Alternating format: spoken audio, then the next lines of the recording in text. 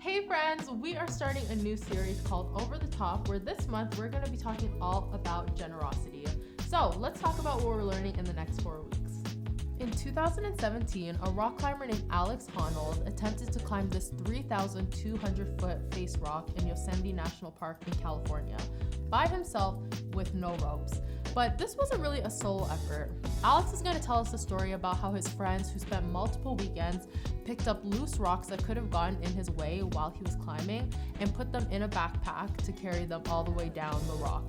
And Alex's friends generously gave their time to enable him to do something that he really thought was impossible, because that sounds like a big thing. And whether they knew it or not, these climbers were doing something that we see in the Bible. In 1 Thessalonians, we see the early church overcome adversity just by being generous, not with the money, but with their presence and time. It didn't matter if the friends followed Jesus or not. They showed everybody God's love by generously giving their time. And as you grow in your relationship with God, you can develop the habit of being generous in your friendships. And in week 1, we're going to be learning all about how God is inviting us to be generous with our time. I love Kung Fu movies, and the king of Kung Fu is Bruce Lee. He was the Kung Fu master, an icon in martial arts, and the first leading actor of Chinese descent to star in a major Hollywood production. So it's pretty cool that he spent his time teaching while accomplishing all of that. And as a teacher, he was pretty profound in his insights when he said a teacher never is a giver of truth, but he is a guide and a pointer to the truth to each student he finds for himself. Bruce Lee was onto something when he said that. The Apostle Paul reminds us in 1 Thessalonians that sharing the good news is less about dispensing facts and more about showing others our experience with Jesus with our words and how we live. And if Jesus has changed your life, why wouldn't you want to share that experience with other people? God is doing something amazing in your life, and you are invited to share that. So in week 2, we're going to be learning all about how we can be generous by sharing the good news. One of the most clutch moments I could think about in sports history happened in the 1996 Olympics. American Carrie Struhake had injured herself on her first vault, but she knew that if she could just push through this ankle injury and focus on the support of her team, she could win a gold medal. And she did. Her historic vault cemented the first team in the Olympics to have a gold medal in American history. And she displayed something that many of us really hope for, but can be hard to find, which is focus.